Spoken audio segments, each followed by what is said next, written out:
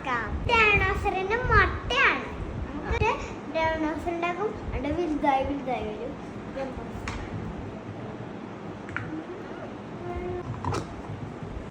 അപ്പോ നമ്മള് ഡൈനോസറിന്റെ എഗ്ഗ് വെള്ളത്തിലിട്ടു.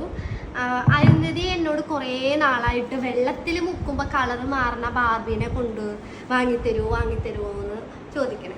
അപ്പൊ എനിക്ക് തോന്നിയത് അതിന് പകരം ഒരു എഗ്ഗ്, അത് നമ്മൾ വെയിറ്റ് ചെയ്തിട്ട് ഈ എഗ്ഗ് വിരിഞ്ഞ് ഇതിൻ്റെ ഉള്ളിൽ നിന്ന് ഒരു ഡൈനോസർ വരും.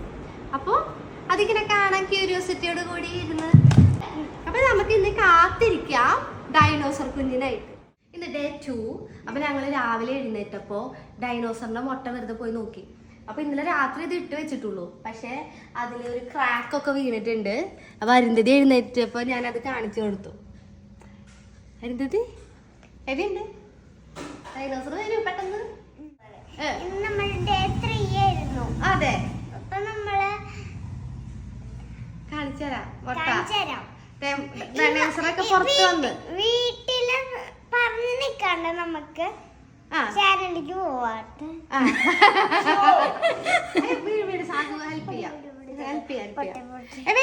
അങ്ങനെ തുറക്കണ്ട.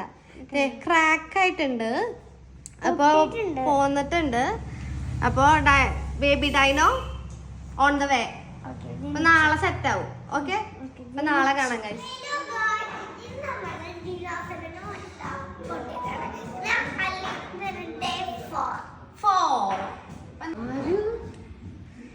ഫുള്ള് പൊട്ടിയില്ല. കുഞ്ഞിനെ തരാം, ഞാൻ എടുത്തരാം. എടുത്താലാ?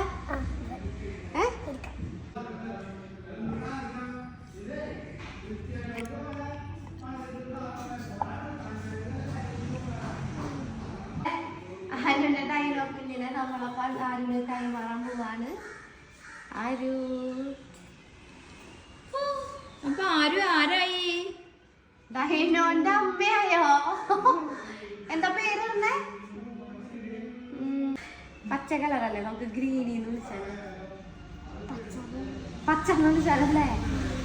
ബുദ്ധിയാട്ടാ. എനിക്ക് ഇത് ജസ്റ്റ് എന്താ പറയാ, കാണാൻ പിന്നെ ക്യൂട്ടായിട്ടുള്ള ഐറ്റം ഒന്നല്ല, പക്ഷെ കുഞ്ഞുങ്ങൾക്ക് ഇങ്ങനെ വെയിറ്റ് ചെയ്ത് ഇങ്ങനെ ആ മുട്ട പൊട്ടണ കണ്ട് അതിൻ്റെ ഉള്ളിൽ ഒരു സാധനം വരുന്നത് ഒരു ആ ഒരു എന്താ പറയാ, ആ ഒരു എക്സ്പീരിയൻസ് ആണ് ഇതിന്റെ മെയിൻ പർപ്പസ്. അപ്പോൾ ഡൈനോക്കില് പിന്നെ ആമ്പിള്ളേർക്കൊക്കെ ആണല്ലോ ഡൈനോസർ അങ്ങനത്തെ ഒക്കെ ക്രേസ് ഉള്ളത്. എന്നാലും ആരോഗ്യം ഇഷ്ടമായ? ശരിക്കും ഇഷ്ടമായ? നീ അവസരവാദിയാണല്ലോ.